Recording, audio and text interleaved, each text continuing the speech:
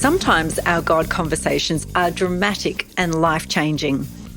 Other times, God speaks in small, everyday things. On today's podcast, you'll hear one of the most incredible God conversations I've ever heard. But we'll also talk about hearing God in the smaller things of life and how we can build our relationship with God step by step by the Holy Spirit.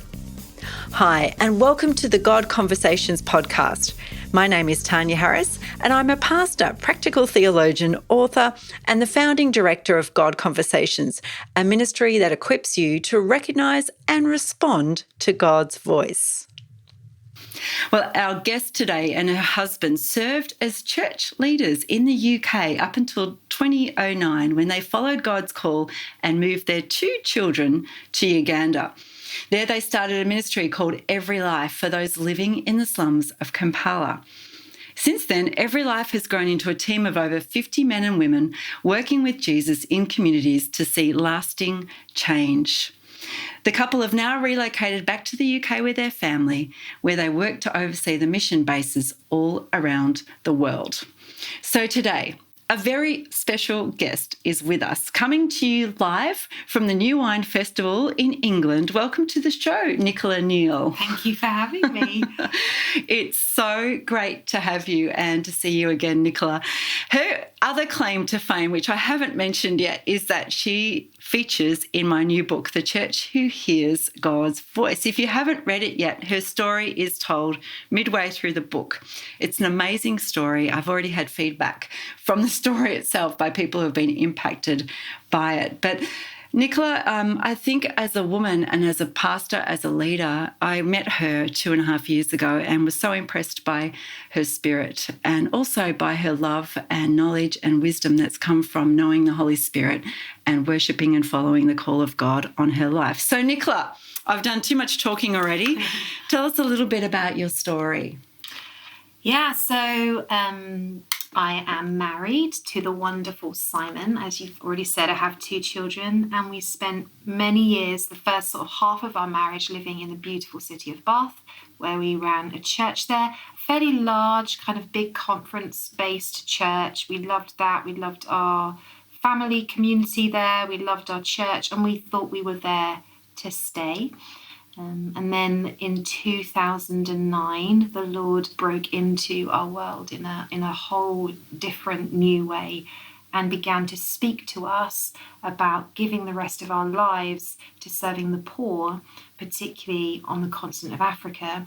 So yeah, that's how our ministry, Every Life, began out of that season of our life. So I kind of look at my life in 2 parts. Before that sort of season of the Lord speaking and breaking in so dramatically, really, and after. Yeah. Because it changed everything. And you had a beautiful ministry in Bath, didn't you, before you went overseas as well? So really serving God in a beautiful city and then radically interrupted, weren't you? For those of you who haven't yet read the book, I've asked Nicola to retell the story. I remember hearing it and I was gobsmacked by the impact of it. And it stayed with me because I was just so reflecting on the nature of Holy Spirit to speak, but then not just in speaking, but changing our hearts. Yeah. So if you feel comfortable sharing it again, yeah, absolutely.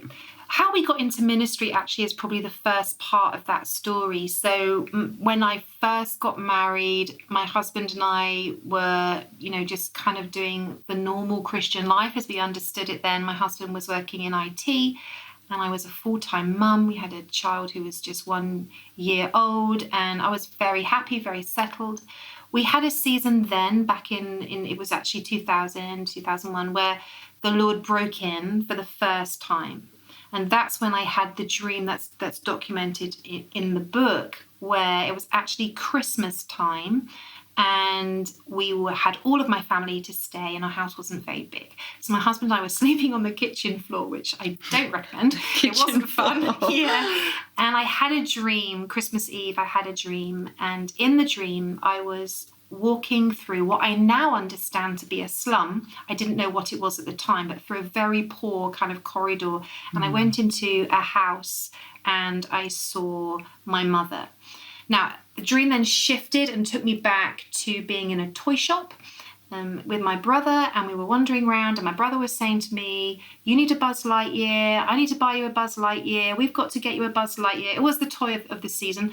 Anyway, I think that's a real British toy. I'm not sure we have that toy in Australia, unless... You know what? I'm probably out of the loop. Well, maybe, because it's linked to a children's movie that was very popular at the time. See, so my son loved Toy Story. Yeah, and Buzz Lightyear is the star of the film. There we go. So, some of you know what she's talking about. Yeah, some people will know who Buzz Lightyear is, to infinity and beyond, is his famous saying. So my brother was taking around all these different toy shops and saying, I've got to get you a Buzz Lightyear. And we were going from shop to shop to shop. And I kept saying to him, I don't need a Buzz Lightyear. Anyway, in the end, he got me one and he was so thrilled. And then I was suddenly transported in the dream back into this house in this slum area. And my mother, this woman, was leaning over me and she was beating me with a stick, with a metal pole. And she was beating me and beating me and beating me. And I knew that if I didn't escape, I was going to die. And so I ran out of the house in the dream and I was running through the passageways of the slum and I could feel this pain coming up from my feet. And it was so crippling and so terrible that in the end I stumbled and I fell over and I turned my foot over and my foot was just infested with maggots and worms coming out of the soles of my feet. And I heard the footsteps of my mother coming up behind me. And I remember screaming out in my dream, I didn't need a Buzz Lightyear. I just needed a pair of shoes. And I woke up. And it was Christmas morning and ironically, we bought my son the Buzz Lightyear, and for the whole day as I'm entertaining and cooking dinner, my heart was churning over with emotion in response to this dream. And I knew that the Lord was speaking to us very intentionally and very specifically. And that led to a 3-month kind of period of the Lord continuing to speak to us through dreams and prophetic words that were coming from different places and different people, and actually was the beginning of our journey into ministry. On the back of that experience, we felt the Lord ask us to do 3 things. One was to give up my husband had a very, very well-paid job, give up his job in IT, decide to live by faith, trust the Lord for our income and give our lives to serve the poor wherever we would find them. Number 2 was to adopt a child. We were trying to get pregnant with our second baby. And that child's life was going to be a prophetic sign to a generation of what the Lord was going to do in taking a generation out of abandonment and orphanhood and darkness and hopelessness and placing them into family and life and future and love. And then the third was to do with Africa. So we responded to the first 2 quite quickly, actually, and we ended up, ministering in this church and ministering to the poor in our city. Bath is a beautiful city, but it still has, desperate pockets of poverty. And we did that for almost 10 years. And we tried to push the Africa door many times, but it just never opened.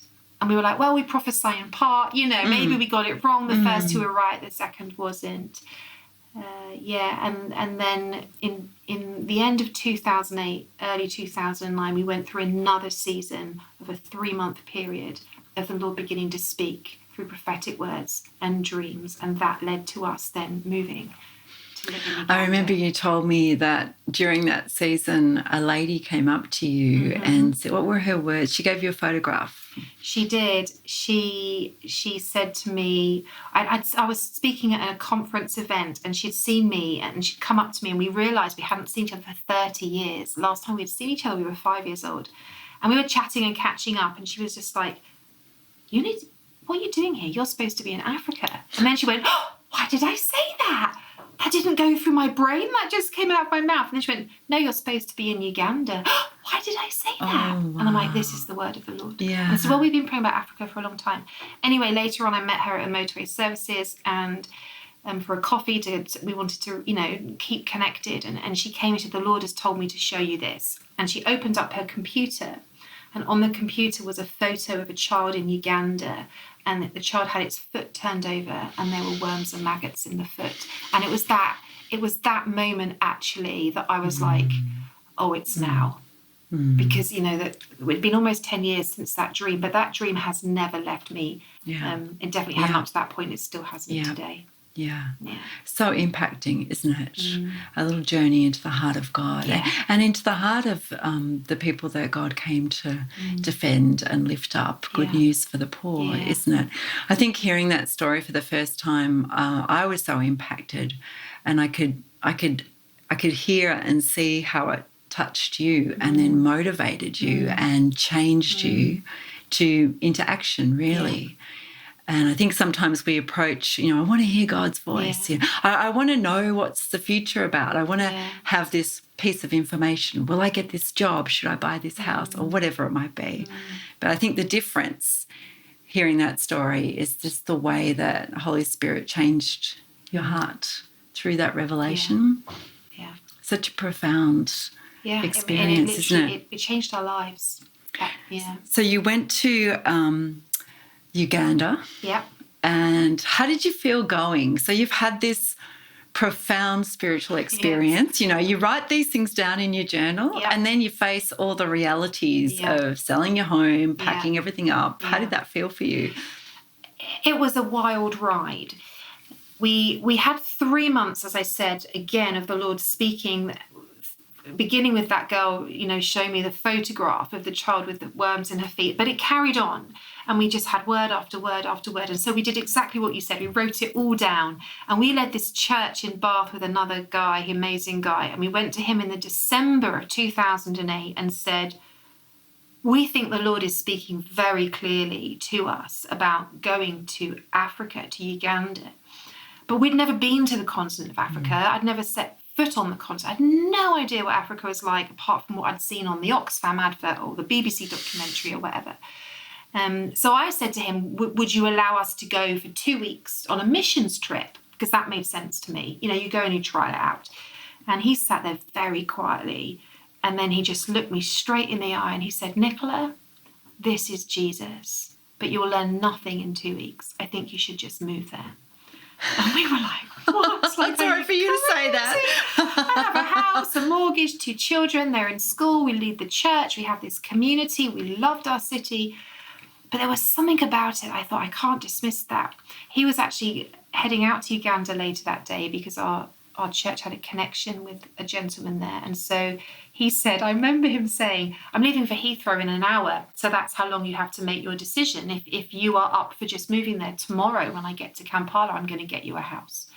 And I was like, this is just crazy. And I'm fairly spontaneous as a person, and I love adventure and I love change. But my husband is the absolute opposite of that. And we went for a coffee. We went to Starbucks and we sat in Starbucks, and my husband Simon, he did not say a word. And I thought, I'm safe. There's no way he's going to agree to this, And then half an hour in, he put his cup down. He said, baby, this is Jesus. And we actually moved 8 weeks later. So that was then a very quick transition of having to tell our families, our church, all of our friends, we're leaving, packing up our home. The Lord said, pack up your home, give all of your belongings away. You're not coming back here. So that's what we did. It was a whirlwind. I didn't really have time to think about what would happen when I got there. And then we flew. And the day that we left, it was quite an overwhelming day for me. I remember going through, saying goodbye to our family at the airport and, dragging the children away from their grandparents, and everybody's sobbing. It's hugely emotional. We have no idea when we're coming back. We don't even know what we're flying to. Go through security, and when you've got kids in security, it's all a nightmare. Got to our gate and I could see the plane, and that was when the reality, I think, hit me hard of what are you doing as a mother, as a wife, as a woman? Like, what are you doing? Like, this is crazy. And I was overwhelmed, but the Lord was very, very kind, and so we just got on the plane. My husband and I have a little phrase that we repeat to each other often. He's good, he's faithful, and he's trustworthy. And I remember sitting at the airport gate just saying it out loud over, he's good, he's faithful, he's trustworthy, he's good, he'll look after us. And the first few months of being there were were wild. We knew no one. Where the house was that we had was in the middle of an African village on the outside of Kampala. There were no other Westerners for miles around. We had no one to show us how to do anything. We didn't speak the local language. I mean, we were literally, 101 how not to do mission. And so we put our kids in the local African school. We spent every day walking the community and just tried to immerse ourselves in it and wait for the Lord to show us what it was that he was taking us there to do. Because at that point we had no idea. There was no manual for this, right? No manual for this. Oh, don't you? Maybe we should call this podcast "The Craziness of the Holy Spirit," because I think that when God speaks so clearly to do something so crazy, you need that, don't you? Because there's the human side of it, there's the reality and the impossibility of it. Yeah. And sometimes I think we listen to those, God conversations and go, wow, that's just so clear and so wonderful. But then as we follow them, we have to believe also in the supernatural activity that follows the word. Yeah. God watches over his word to perform it and to see those children looked after in a supernatural way. Yeah. We're listening today to the wonderful CEO of Every Life International, a charity led by Nicola Neal, based out of the UK. It works throughout Africa and probably beyond, sharing a little bit of her story, her God conversation, and the calling that God has for her life. We'll be back in just a moment. Did you know that dreams and visions are the most common way God spoke in biblical history? And God still speaks in this powerful and creative way today. Of course, not every dream is from God. So how do we know when it is? And how do we understand the strange scenes that appear in our dreams? The globally renowned God Dreams online course answers these questions and more. It includes 6 teaching videos, a downloadable study guide, and interaction with the God Conversations team. We've kept the price super low to make it accessible to everyone. Be equipped to hear God's voice in dreams and visions. Register today at godconversations.com/courses. Back on God Conversations with Tania Harris, and here having a wonderful conversation with Nicola Neal. Nicola, you've talked with us about your story, your God conversation that led you into the slums of Africa. I have to ask, you can't really sum it up in 5 minutes, but what happened next? What unfolded for you when you arrived in Africa with your family? Yeah, so we spent the first few weeks just working out how to live life there. How do you barter for things? How do you get water? How do you cook when there's no gas or electricity? We just had to work things out. And then we started to move around the community and get to know some people. We became friends with a lovely guy in our village called Amos. And I started going to walk the community with him every day and just, get to know the area and pray with people. One day we bumped into a family and the little girl was very, very sick from this family. And I was profoundly impacted by it, actually. It just broke my heart. And as we were walking away from that conversation, I just couldn't stop the tears. And he turned to me and he was like, "Oh, Nicola, you're just a nightmare. If you weep over that, you'd never survive in a slum." And I was so naive, Tania. I was like, "There's no slums around here." And he said, "Oh, yes, there is. There's one 5 minutes from your front door." And I said to him, "Then you need to take me there." And he said, "No, you can't do that. They'll kill you. It's not safe." And I said, "No, I really want you to take me there." And he said, "You're not listening to me." So I said, "No, you're not listening to me. I want you to take me in." And he said, "But if you're sure and you understand the risks, I'll take you tomorrow." I said, "Sure."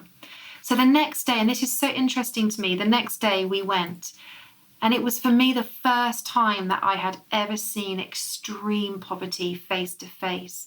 But it was also the first time that I really understood the dream that I'd had all those years before, because suddenly I was walking through a passageway in an alleyway, which was identical to the one that I'd seen in the dream when I was running away from my mother, and I had the worms in my feet. And I thought, oh, it was a slum. It was a key in that dream for where God was taking us. And I remember walking through the passageways and, just the overwhelming devastation that poverty in those places bring, crime, addiction, prostitution, violence, death, sickness, disease, all of it just everywhere, the chaos and the sound. And walking through it, recognizing it from my dream, and then hearing the Lord speak again very clearly and just say, this is where I've called you to love and serve. And so that's how our ministry began. Mm-hmm. We had nothing, so we just went in. We had no money, no resources, no team. So we just went in every day, me, my husband and our children, and just loved the communities in whatever practical way we could. We helped clean, bathe people who were sick, hold babies that were, that were dying, doing whatever we could do just to be the hands and feet of Jesus, and the ministry grew from there. Yeah.